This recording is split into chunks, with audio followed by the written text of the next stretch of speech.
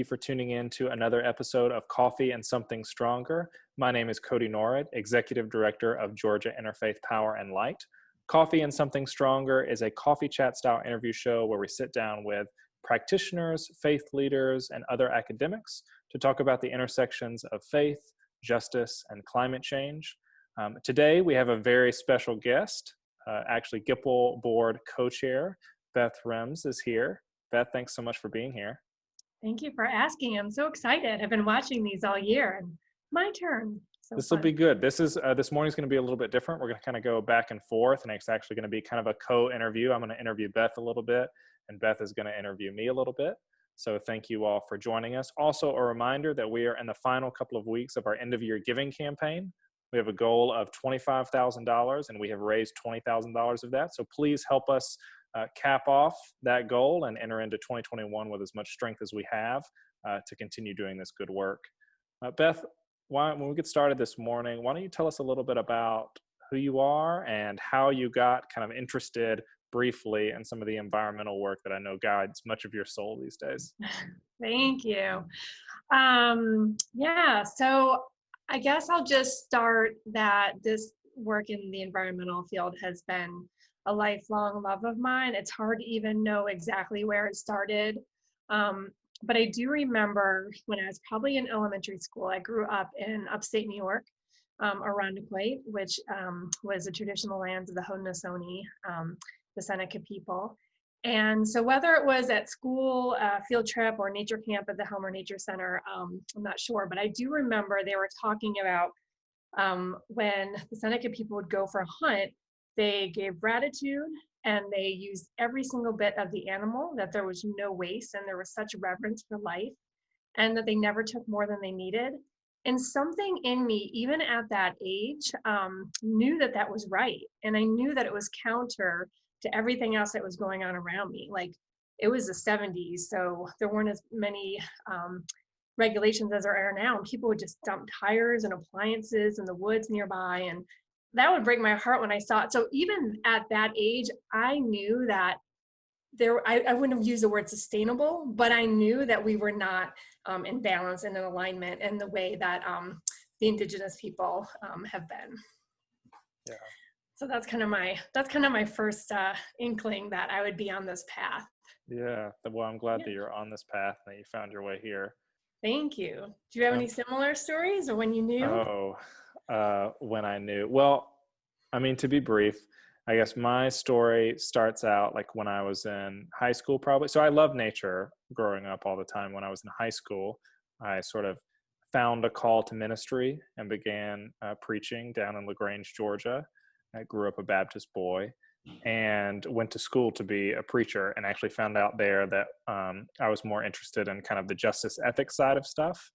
And one thing led to another, and I kind of got involved in international peace building when I was doing my master's, and went abroad. And I went abroad and did primarily archaeology in Israel and Palestine, but there did some peace building, and then did a lot of peace building in Belfast, Northern Ireland, and kind of realized I was there kind of at the same time that the migration crisis was happening out of Syria into the European Union. And the Irish ambassador was going to give kind of a presentation at the UN about what they should do and what responses they had available to this crisis. And I was able to sit in on some of those meetings and in the midst of doing this peace building work, and kind of realized I could keep doing this peace building work, but in reality, a lot of the international conflicts that I was working on and was interested in were at least in part driven by resource depletion and resource mismanagement, primarily from climate change. Right. And so upon returning, I was kind of like, well, if I wanted to get at the root issue, I could work on climate. And I never really thought that there would be an opportunity as a person who's primarily trained as kind of a faith leader to get involved in climate work. And then, ta-da, there is an organization, Interfaith Power and Light, that allowed me to kind of spread my wings and grow into that. Oh, that's great. I love knowing about that spiral of your work and how it kept coming back around to some of the same themes. Yeah. Well, and I think, traditionally on the show, we ask our guests to do a reading. And so I'll invite you to maybe lead us in a reading and send us down a path. Sure. Okay, so part of the work that I do now, and I lead workshops for Georgia Interfaith Power and Light on sacred activism. Much of that is inspired by Joanna Macy, who is a root teacher of the work that we connect. So I'm going to read a quote of hers. She says, "The most remarkable feature of this historical moment on earth is not that we are on our way to destroying our world. We've actually been on that way for quite a while. It is that we are beginning to wake up from a millennia-long sleep to a whole new world, to ourselves and each other. As we honor our pain for the world, we are shown a gateway into deep participation in the world's self-healing. It is an act of courage and love when we dare to see our world as it really is." Oh, that's great. So what about that reading? I mean, obviously there's a lot of your work that revolves around that, but what about that reading? Why did you want to bring it? How does it speak to you? What does it mean? Well, it does feel like and it doesn't just feel, there is a convergence of crises right now. But this quote serves as a reminder to there's also a huge upsurge of action as well. Like, people are waking up to what has been going on, and there are millions of organizations now looking to figure out how to solve these problems.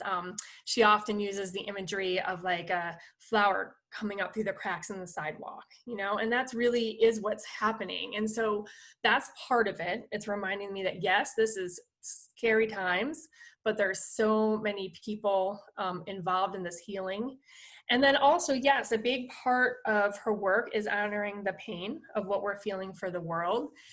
And this is actually really important. And for something that I teach, I think so many times in our culture we're told to follow our bliss. Like, what makes you happy and what are you really good at? And that's wonderful if you have that. But for me, and I know many others, it's actually our heartbreak and it's our blessed unrest that ends up pointing us in the direction that we end up serving in the world.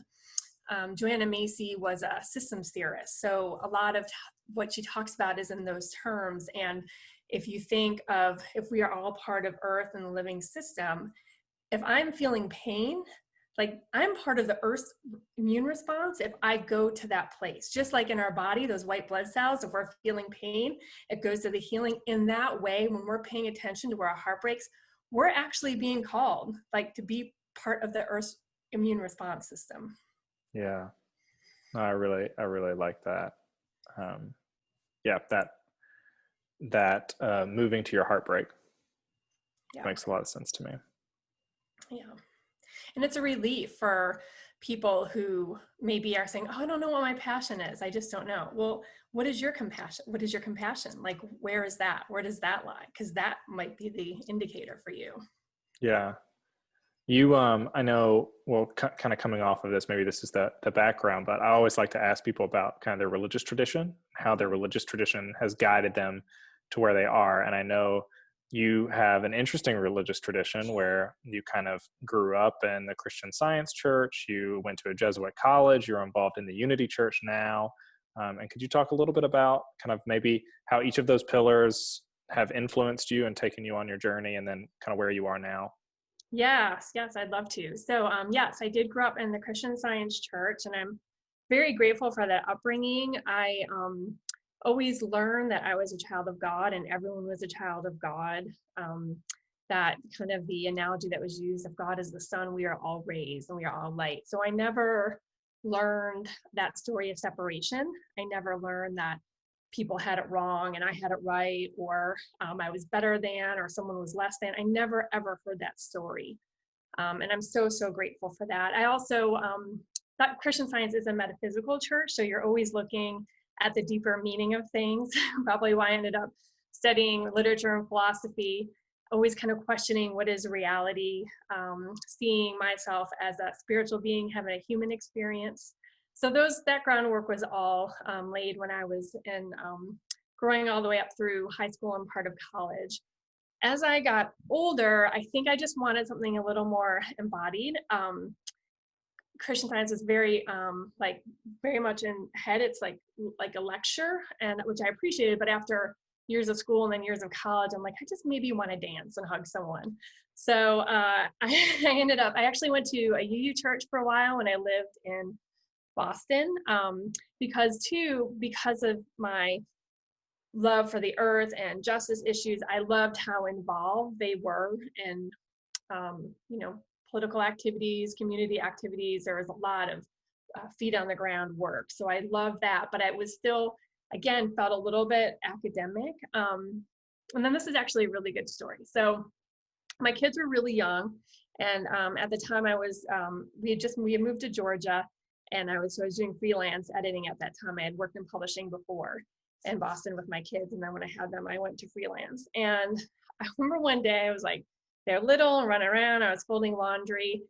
And I just had this moment, and I put the laundry basket down. And I was like, Todd, I said, if this is my life, thank you. I'm so grateful. Like I have so much, my kids are healthy. Like I'm so grateful. But if there is something more for me, I just want you to know I'm listening. And it was like the floodgates opened from there. My husband and I went to like a coffee shop a few days later for a little date night.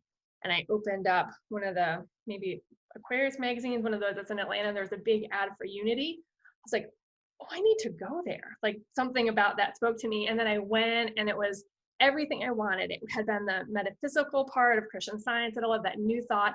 And then there was this beautiful choir. It was a totally diverse congregation. And I just started bawling. It's like, okay, it's where I'm meant to be. And then there was, like, within a month or two of being there, there was a workshop on like spiritual entrepreneurship. And I went to that. And, long story short, it just ended up being a really great fit for me. And I'm still a member there, and I'm part of Unity Worldwide Earth Care Ministries. So, all right, I'm going to stop talking and give you a Oh, turn. that's great. That's really good. So you said you've been in the same faith tradition, though, right? Well, Right? it's complicated. It's always Okay. complicated, right? Do you want to I call share? myself, I used to call myself loosely Baptist. I claim it now, but I would say, the difference is I grew up in a pretty literalistic conservative Baptist congregation. And I think I moved away from that pretty quickly in college, and more so in grad school, looking at kind of ethics and more justice stuff, as I've said. But I'm grateful for that tradition, because it at the time I was more concerned with kind of what can I do to win souls, maybe, or save people from this world, and pointed towards kind of the next life. And I think that using that urgency to be able to understand that it's actually about kind of, if you want to be hyper literalistic, what it means is kind of the first commandment is to care about creation. There's not a lot pointing us anywhere else other than to each other and to this planet, and you can pick wherever you want to be. So I'm grateful for that tradition, because also I read all those stories. I know that the religious text of the Bible quite well, because of being steeped in that tradition. I would say now I'm a member at Park Avenue Baptist Church, which is in Grant Park, and I play drums there, still lead on the worship team in as much as I can in this COVID world, which is not very much, I'll say. But it's so valuable to be a part of a community that's kind of reimagining how to undo the harm from that tradition that has harmed a lot of people, but also use the sort of there's a lot of value in the free church traditions. There's a lot of value in not having to be connected to some systems that don't allow you to go as fast as you want to go. Now, that there's obviously negative things about not being attached to some of these beautiful institutions that we see in other religious traditions, and some of those centering the ways that those communities are able to center each other in their work. But yeah, it's been an interesting journey. I think for me, it was a walking away from faith in the institutional sense, and then a coming back to it to realize that there's so much more there, that there's so much more creativity in the stories, that if you truly see them as stories in this poetic light, that there's a lot to be offered and gleaned there, and that the religious community's approach to justice issues is truly unique and something that has to be there for our work. Yeah. Thank you for sharing Yeah. that. I do want to add and maybe ask you a question too about this, but so I'd really be remiss if I didn't also mention a few impacts that Buddhism has had on my life. First of all, Joanna Macy's a Buddhist scholar, so a lot of the work that I teach comes from that lineage. But also two experiences that I had. One was I saw I've seen it a number of times since, but the first time I saw the Buddhist monks do a sand mandala, it was actually at a museum in Rochester, New York in the later 90s. And I could not get over how long they studied and memorized those patterns. They were on their knees, putting the little grains in this intricate pattern, which in and of itself was amazing and rigorous and beautiful. And then I learned they're going to be putting it in the water to bless it. Like all this time, I could not get over that. It was such a shift in my perspective as like, if they can do that, I can surely give away these clothes. I can surely not have the attachment to some things. And how that's informed my activism work is that I I am okay saying that I'm doing the work that I do from a place of love and because I want to be doing it, it's the right thing to do. And I can totally not be attached to the results. I mean, yes, I hope we're, move in the direction that I want to move in. But if I can let that part go and just do it for the sake of doing it. And then the other experience I had was the Dalai Lama had come to Boston and he was there with a number of other faith leaders on stage. And he was so humble and childlike. And in my experience in the Jesuit tradition, forgot to mention I went to a Jesuit college, which I loved so much of that. And in the Christian tradition, even too, which was very, patriarchal and really kind of like a strong figure of men. And then here is this world religious leader who really exemplified that beatitude, blessed are the meek, for they shall inherit the earth. Because up until that time, I really had never seen that. Like anyone in power had never acted that way. And it was so jarring, but so wonderful and opening to me. And I started to see how being humble and being of service really can let spirit come through. So I was curious if that brought anything up for you.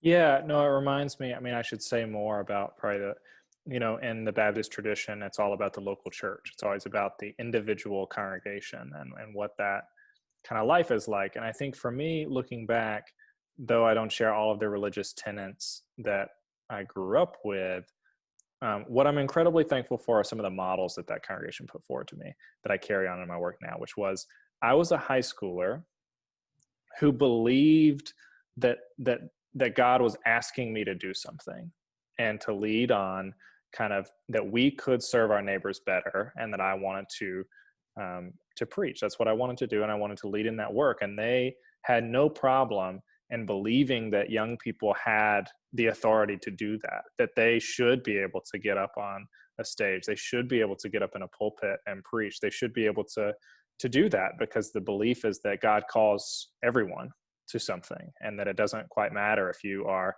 an adult or you are a young adult or you're in high school or you're younger than that, that there actually is, God is calling the young and the old and everybody in between to do the work in the world of justice. And so I think that's part one. So, in the climate world, a lot, we talk about how, it's the youth who are leading, it's young adults who are leading. And oftentimes we can have the attitude that like what we need to do is educate the youth and empower the youth, and really no, they just probably need a pulpit. They probably just need a stage. They're most of the time they kind of get the climate thing. We just need to trust that they can lead on that. Mm-hmm.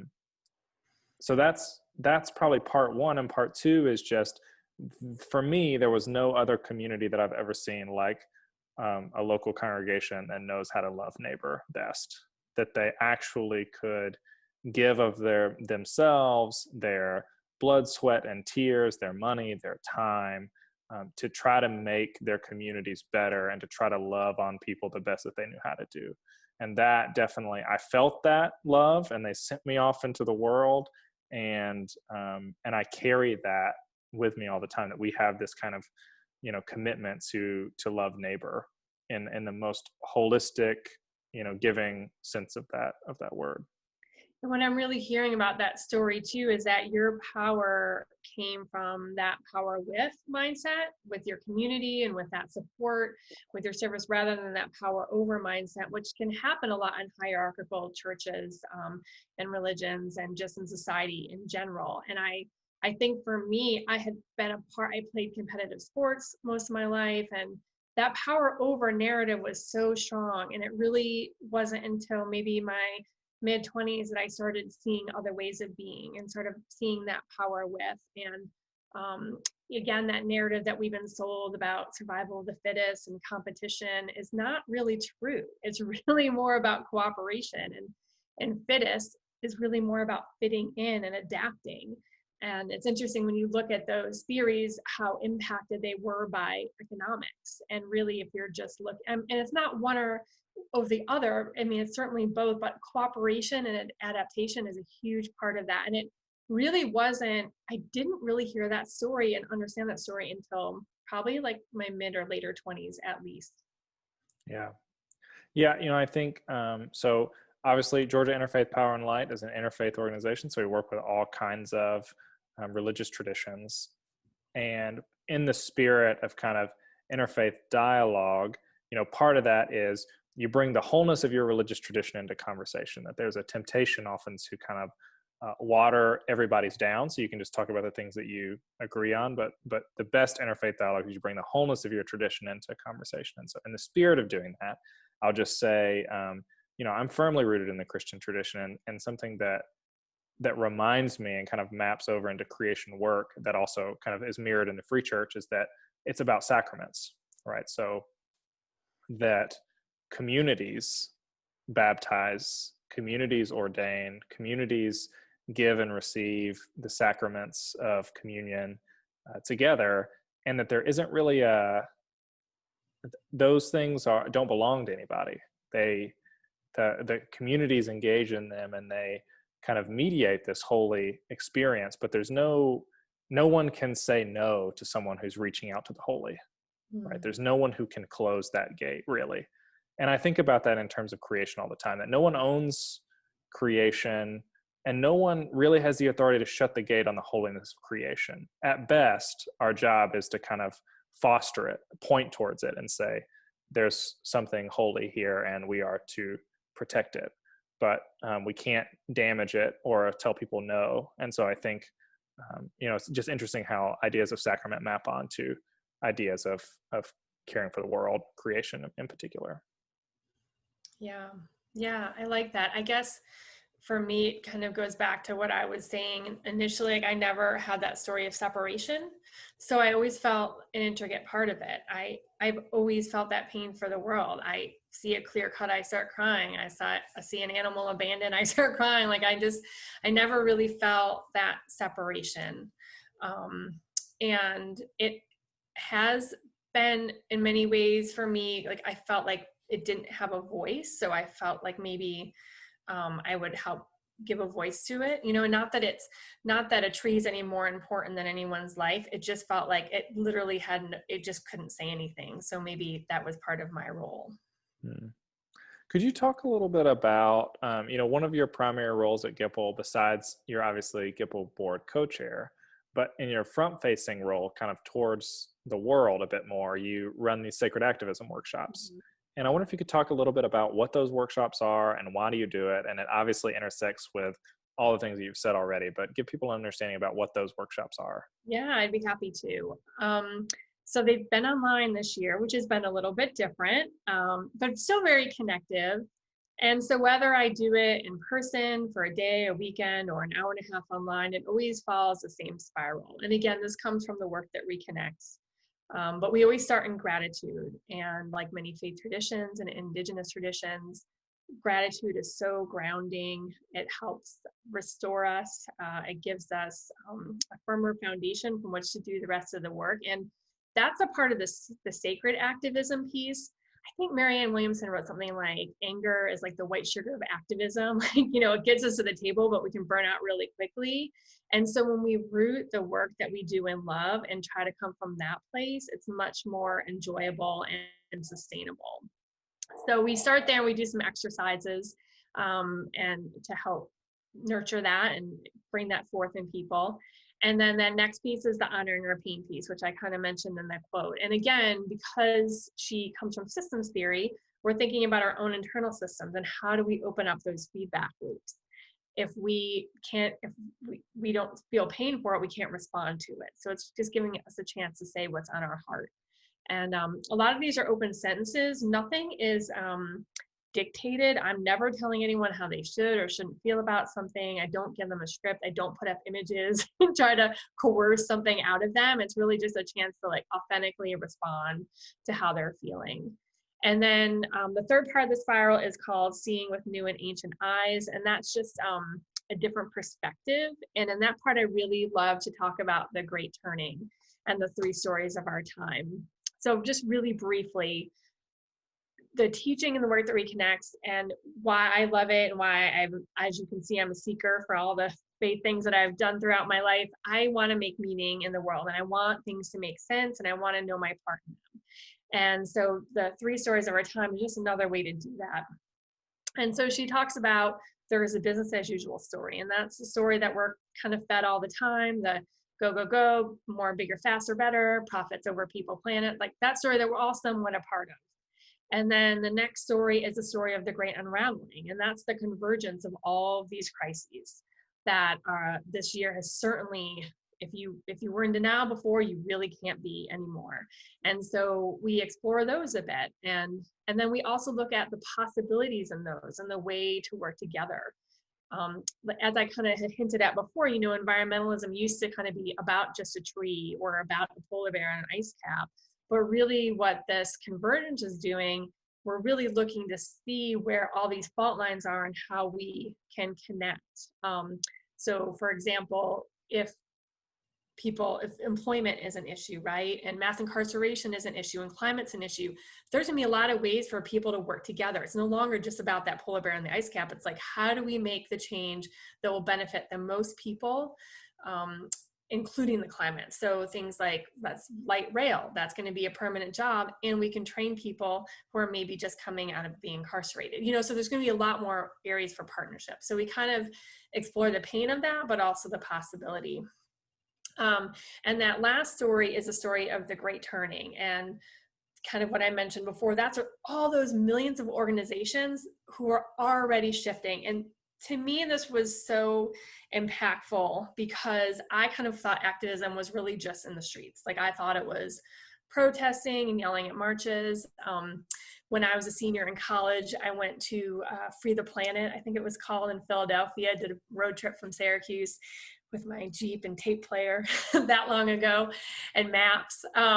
And we, you know, I loved all the collaboration about that and the meetings, and Ralph Nader was there and strategizing.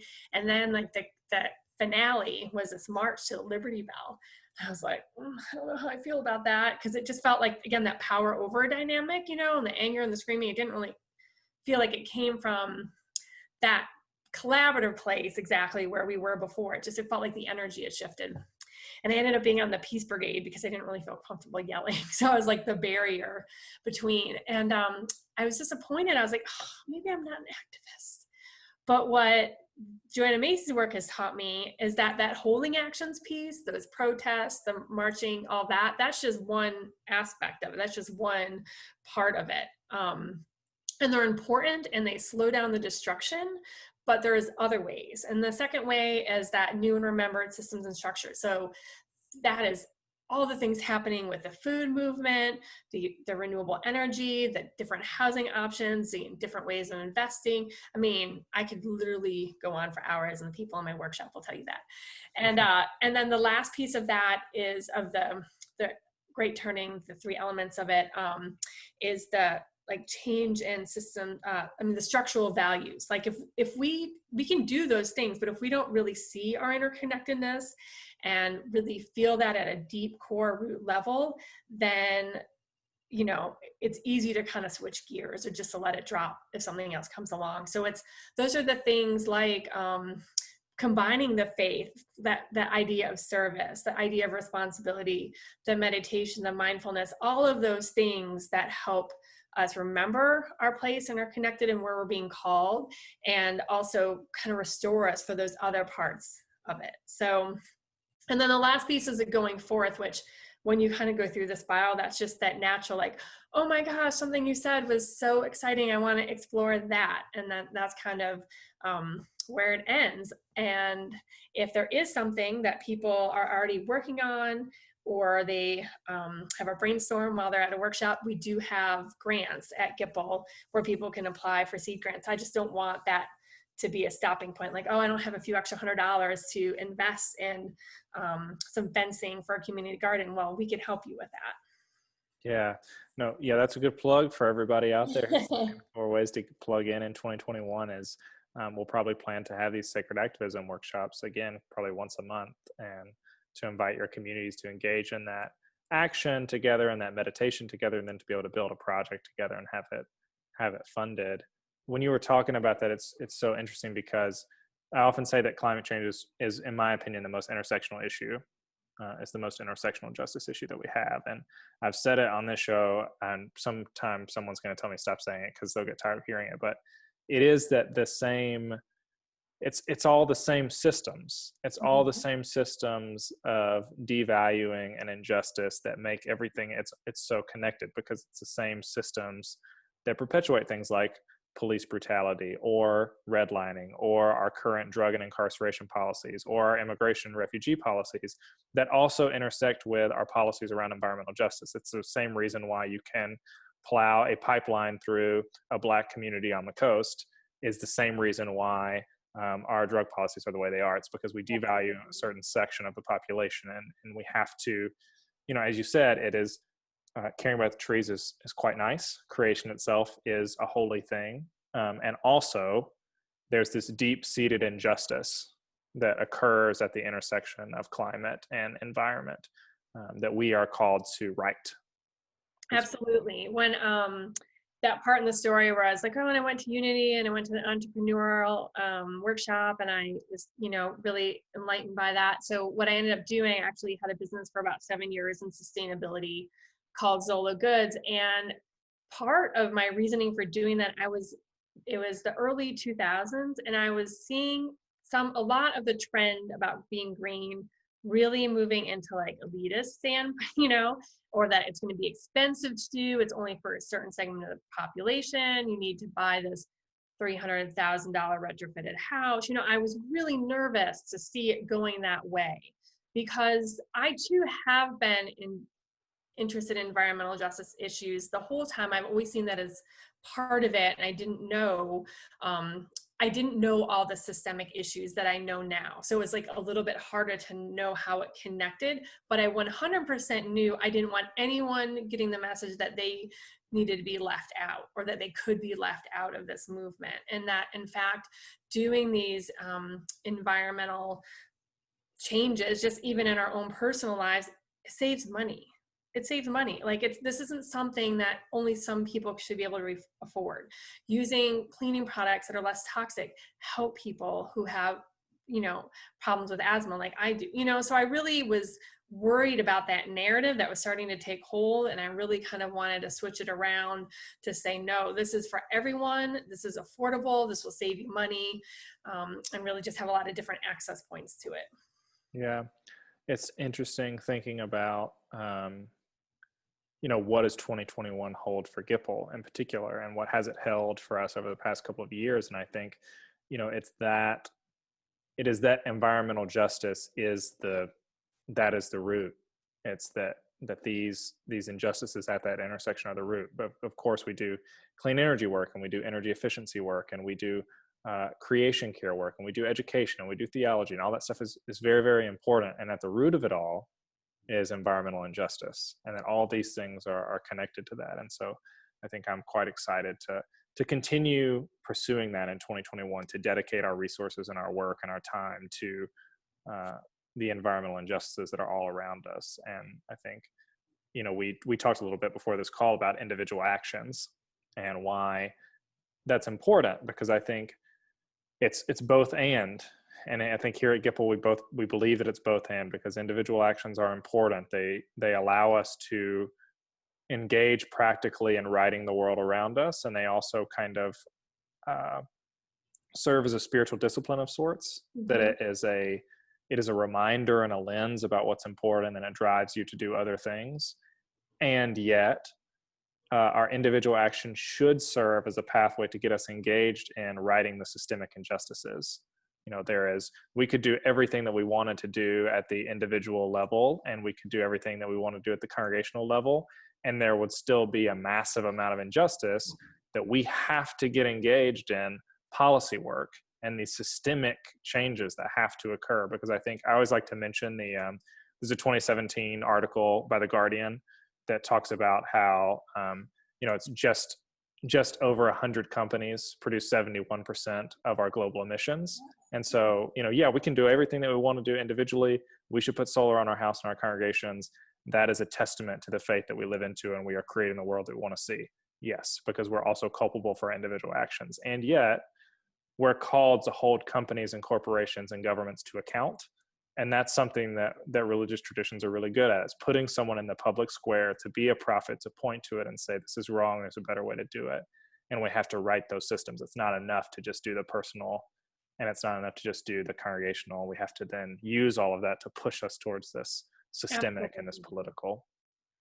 Yeah, absolutely. I totally agree with that. And it's like building a muscle. When you do the individual actions, I don't know too many people that just do one thing. I mean, there might be some people who maybe just recycle, but I think once you start to look at things, how can I reuse this? How could I be more conscious about the energy? It just has a snowball effect. And you start to say, okay, maybe I could do this in my church. Maybe I could do this in my workplace. It does have a way of building momentum.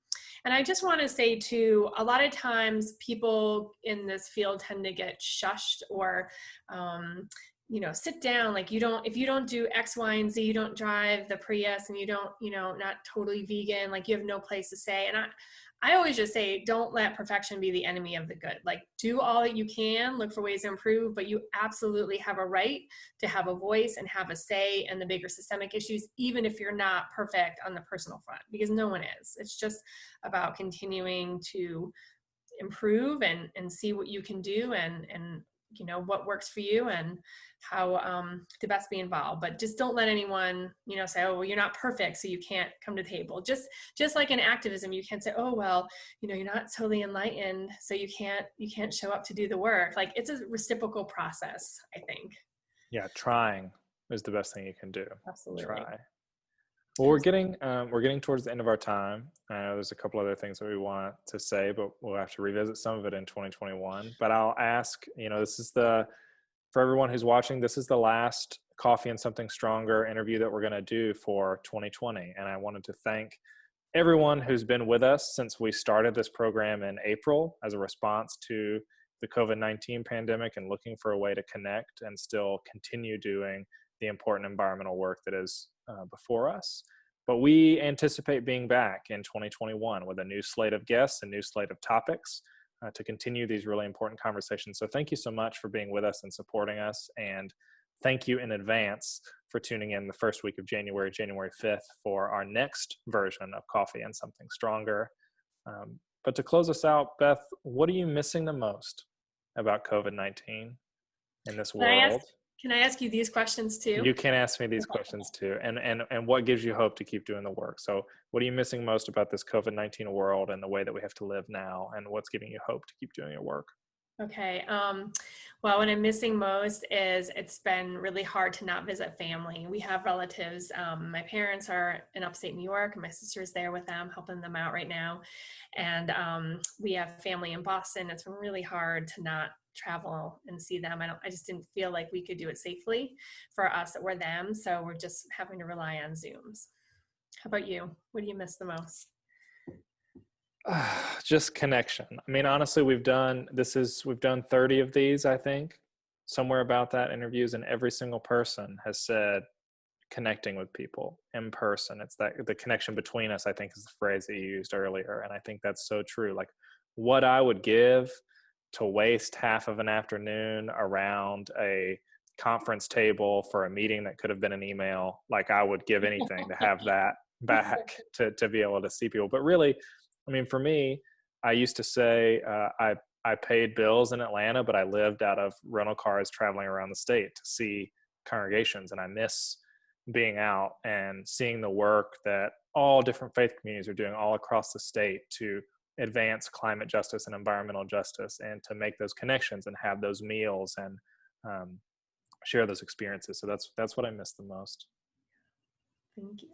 Yeah. All right. I know the next question is what gives me hope. Yes. Can I have more than one? You can. You know Okay. what? I think we can give you that. Okay, I have a few actually. So, kind of back to like what we were saying before, what gives me hope, we are seeing all of what this year has exposed is all of the fault lines that we have in our society. And I think that in order to know where to heal, we have to know the wounds. And I think we absolutely are starting to learn more about the wounds. So it does give me hope. Like, we can't go back from this. We can't, oh, what systemic racism? Like, we can't go back. Like, we know that now, and we can start to work on that. And it's a missed opportunity if we go through and try to enact some environmental strategies without considering that. Like, I just don't know a world that we could do that anymore. Like, it has to look at that whole system, and how do we provide the most relief for the most people all the way around. So that gives me hope that we really know a lot of the problems now more clearly than ever, and we can start to treat and heal them as a society. Secondly, kindness. I have experienced so much. My son had surgery last week. People dropped off food. I mean, people are going through a lot right now, and people still had time to do things that were so kind and thoughtful. And, you can look on Twitter or YouTube, you see the negative news, but you also see the sweet, sweet stories of the mailman dancing with a child. I mean, there's just, despite how just stretched we are right now, there just seems to be such a capacity for kindness, and that really gives me hope. Project Drawdown gives me hope. And then just lastly, during this pandemic, I have never seen so many people out and families out enjoying nature as I have during this past year. And that gives me a lot of hope, because I think that we tend to protect what we love.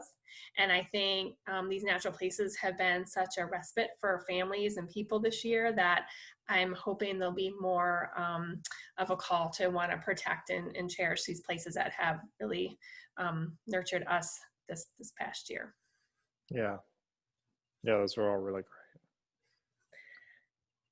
great. What gives me hope? I think it's two things, and they're kind of the same thing. So I think it is, in as much as I want to be with everybody that I work with, both colleagues at other nonprofits and congregations and faith leaders, what has given me hope is that no one stopped doing the work.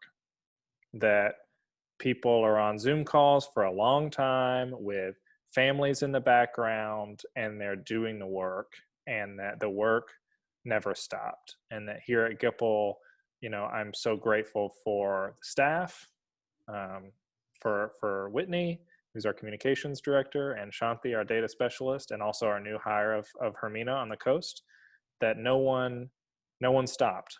Everyone said, what can we do differently? How do we adapt? Because these environmental injustices and the threat of climate change is ever more important now than it was. And so I think I'm incredibly grateful and inspired by that. And that keeps me on the screen. It keeps me staring into the screen, and it keeps me going. And I'm grateful for that. And I'm hopeful that, that there's a gathering around a table with some people maybe not that far off, that maybe that might happen sometime in 2021. And that gives me hope that time is shorter than we often think it is, and that the arc of time is often longer than we give it credit for, that there's plenty of time ahead of us, and that we can make it through this. Yeah. Well, thank you, Beth, for coming on the show for our last Coffee and Something Stronger of 2020. I really appreciate that. Thank you. It was so fun. It went by fast. Yeah. Thank you, everyone, for tuning in again today and across the program. Please reach out to us if you need anything. This is the last week that Gipple will be in the office, and then we'll see you all in 2021 for a slate of new programs and new offerings, including a refreshed schedule for Coffee and Something Stronger. So thank you all, and be blessed this holiday season. Thank you.